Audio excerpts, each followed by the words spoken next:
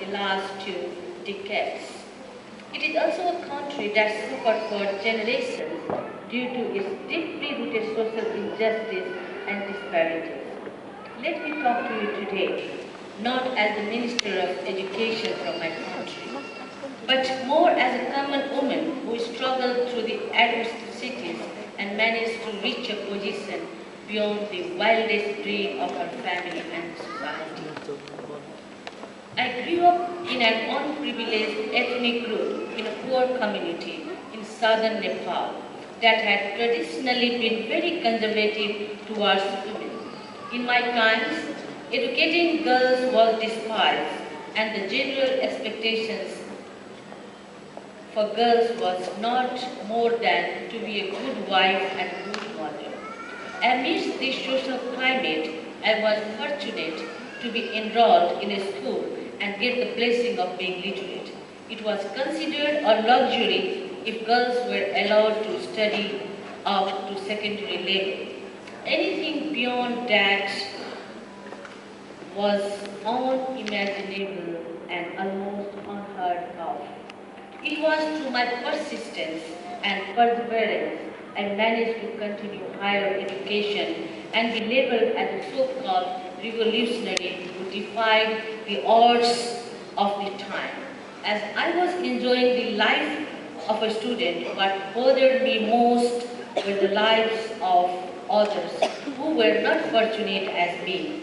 There were countless people in the country who struggled to make ends meet, lacked even basic health care, and who lived in misery that was beyond the imagination of some of the more fortunate ones. This had continued for generations and thus was largely considered normal, a way of life. Hence, there was this sense of apathy and indifference towards such deplorable situation. Somehow, my conscience could not accept this. It was then I decided to make use of the education I had gained to bring social transformation, even if it meant to take the unimaginably challenging and seemingly unending journey of political movement. It so happened that the path I chose was far more difficult than I had ever imagined. It was more so because I was one of the handful of women in the team and there was not a single day I was ridiculed, intimidated, doubted and challenged. Believe me, what Gandhi said is so correct. First they ignore you, then they laugh at you, then they fight you, then you win.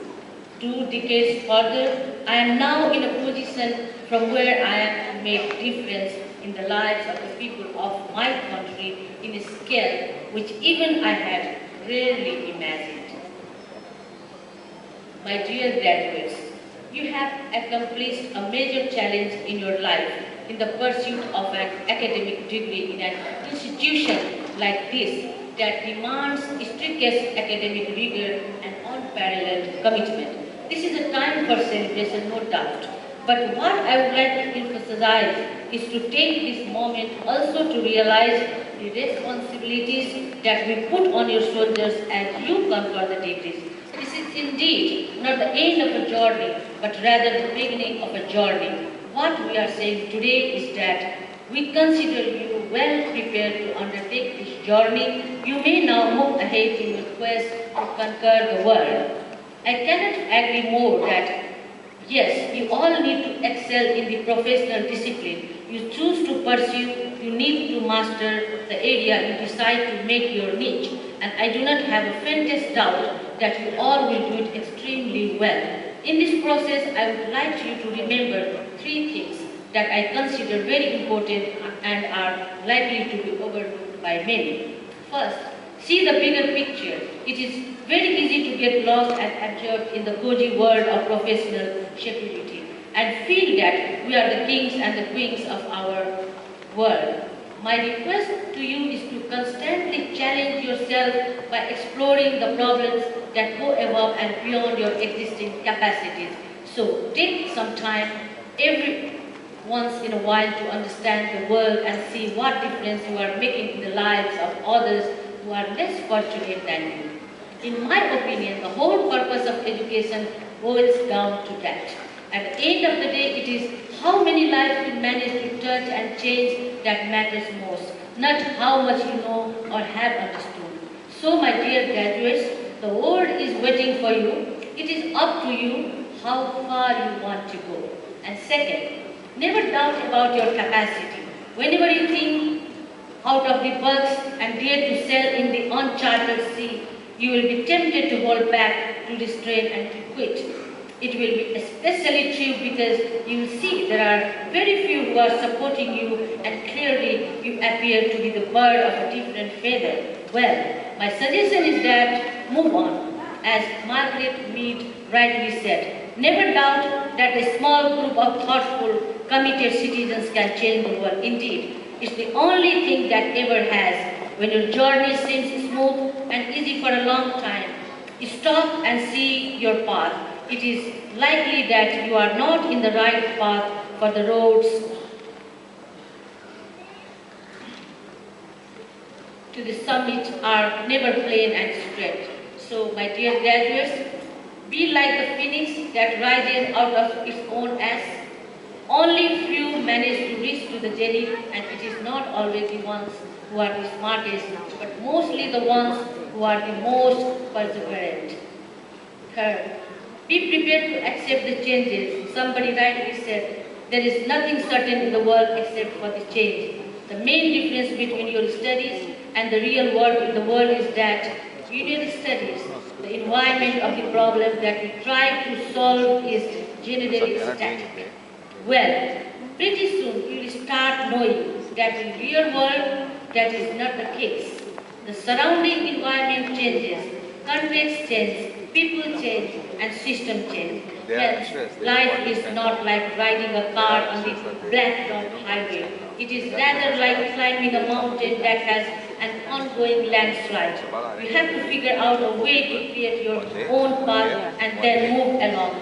It is how much we can adjust in unexpected situations that determine how much we will be able to achieve in the long run. Believe me, life is full of surprises, and most of the time you get these surprises when you expect the least. And to make it worse, history is a cruel being. It never judges you with the excuses you have made. It always scores in terms of the adversities you have faced and the achievements you have made. So, my dear graduates, as you leave from this event and finish the celebration, take a moment to talk to yourself in silence. The hardest thing in life is to understand what one wants. After that, the most difficult task is to have the self-discipline to pursue what one wants. Buddha rightly said, it is better to conquer yourself than to win 1,000 battles. Then the victory is yours. It cannot be taken from you, not by angels or by demons, heaven or hell. My dear graduates, do not rush to make decisions. You might not be clear about your destination right now, but at least make sure that the direction seems to be fine.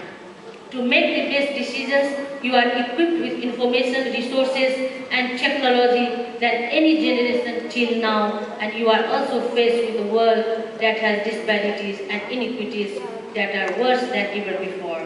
However, with training from a university like this, I have no doubt that you all will set precedents for the generations to come.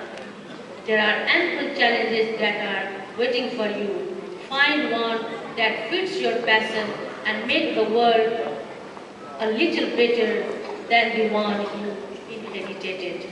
And on this special occasion, I would like to thank Lincoln University College from the core